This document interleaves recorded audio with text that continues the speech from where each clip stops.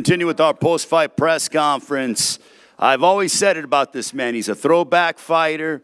He's willing to take on any and all comers, and obviously went ahead and had a tremendous effort here tonight against Armando Resendiz. I will give the floor to Caleb Plant, ladies and gentlemen, from Nashville, Tennessee, now living here in Las Vegas. Caleb Plant always comes out, fights his heart out. Caleb, the floor is yours.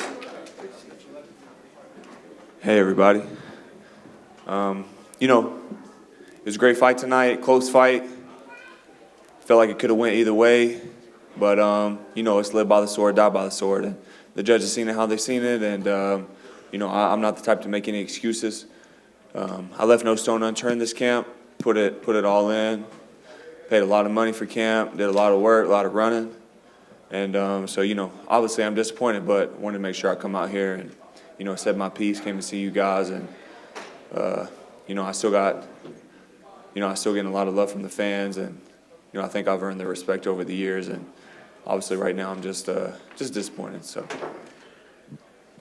Take a seat. Questions for Caleb Plant? Raise your hand. Hey Caleb, how you doing? This is Najee from Cigar Talk. Obviously it didn't go your way today. I feel like you weren't throwing the right hand as much. I know a lot of people said that on Twitter as well. Was there anything wrong with your right hand at all at any point during the fight? Yeah, it was hurting me a little bit. Yeah, it was kind of bruised, but, that's not an excuse, and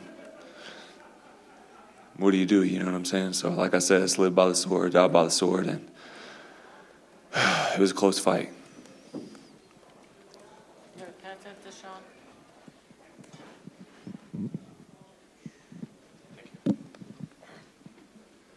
Caleb, congrats on a hard-fought fight. Throughout the week, when you spoke of Resendiz, you talked about stepping on him. Did you, in retrospect, underestimate or overlook him at all in this fight? No, I knew it would be a tough fight, and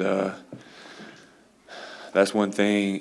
People try to say that about Trevor as well. And one thing, maybe the boxing media, but for sure the boxing fans are going to have to start understanding is it's not a popularity contest. So just because a man doesn't have 1 million followers or isn't always in the limelight doesn't mean that he's not a good fighter.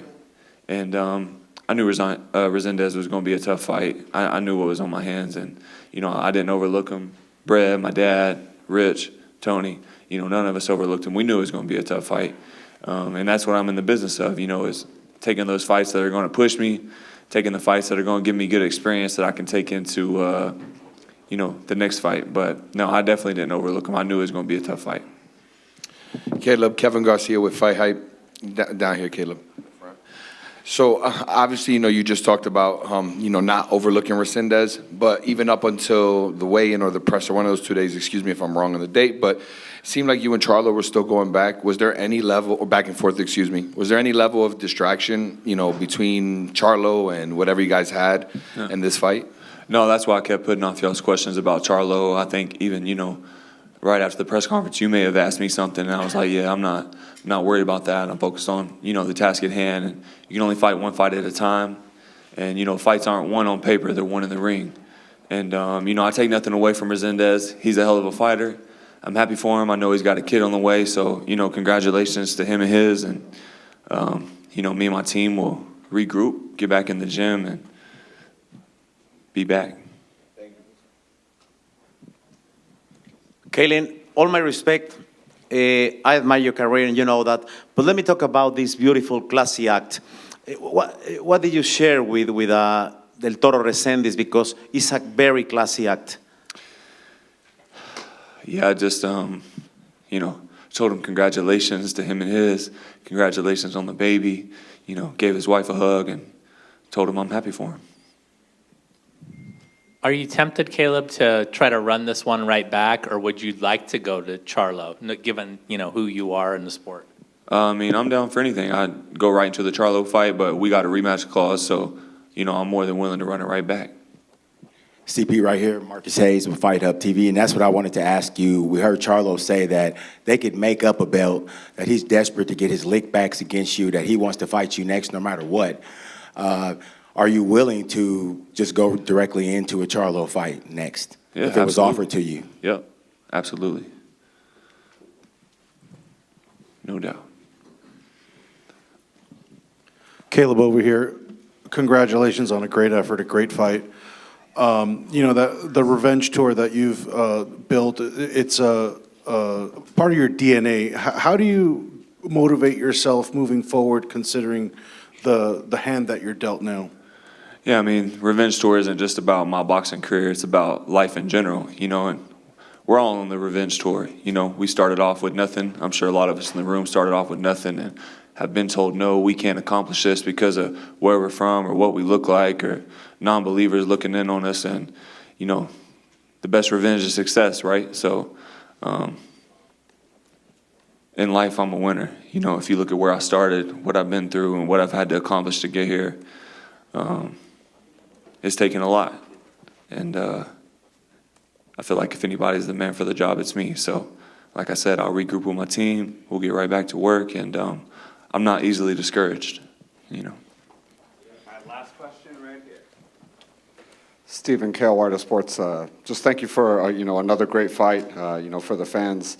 Was there something strategically going wrong that, like, maybe, I don't know, was Breadman, the instructions he was giving you, like, was there a reason strategically that you couldn't put your game plan with what you were trying to do?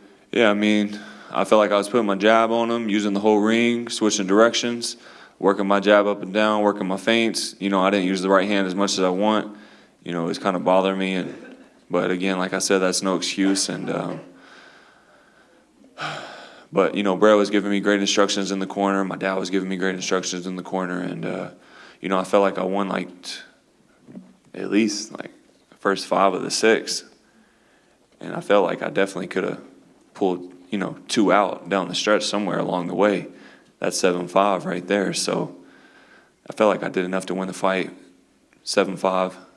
But, you know, the judges didn't see it that way. And sometimes that's how the cookie crumbles. So, but no, my dad, Brett, Rich, they were all giving me great instruction. And, you know, I felt like I was sticking to the game plan other than, you know, putting my right hand in there a little more. But I'll be back. I'll be back. Look forward to seeing you back. Caleb Plant, ladies and gentlemen, a world-class fighter, a world champion, and a world-class person. Looking forward to seeing the return of Caleb Plant. Sure, I appreciate all y'all's love and continued support over the years. It means a whole lot to me and my family, and like I said, we'll be back soon. And congratulations also to Caleb and his lovely wife, Jordan Plant. They are expecting later on this summer, so we wish them all the best, adding to their amazing family. Caleb Plant, ladies and gentlemen.